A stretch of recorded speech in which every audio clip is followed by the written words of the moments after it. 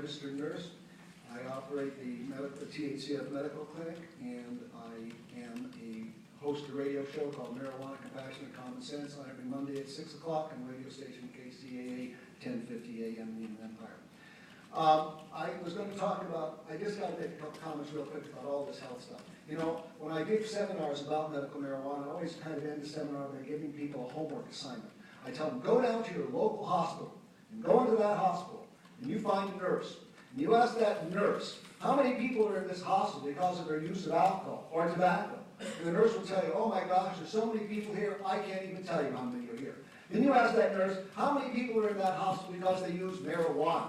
And they will say, nobody. Nobody's in that hospital. You can walk up and down the hospital halls and you won't find a single bed occupied by anybody in there because they use marijuana, not one. If marijuana was dangerous, you would see it in our hospitals. You don't. You see alcohol, you see tobacco, but you don't see marijuana. And but that's not what I wanted to talk about, because that's not what I was asked here. The other day I met with Anna Boyce. Anna Boyce was one of the co-authors and sponsors of Proposition 215. She's a retired nurse, and she's really beside herself. She cannot believe that what is happening here, that her initiative, that she worked so hard for, she was the face of Proposition 215. If you were here in 1996, you saw the TV commercials, you saw the print ads, it was Anna Boyce that was in there talking to the California electorate. And she did such a good job of it, the California electorate got rid of that 60 years of reefer madness that the government's been telling it, and understood the importance of the medical uses of cannabis, and voted Proposition 215 into law. That is the law. That is the law. We're supposed to, as elected officials, you're supposed to enforce the law. And Anna's kind of beside herself that this initiative that she worked so hard on has led to a federal invasion of the state of California, with federal cops coming in here and closing down medical marijuana collections, arresting and prosecuting people. Like the state can't take care of its own problems, we have to call in the feds to take care of our problems for us.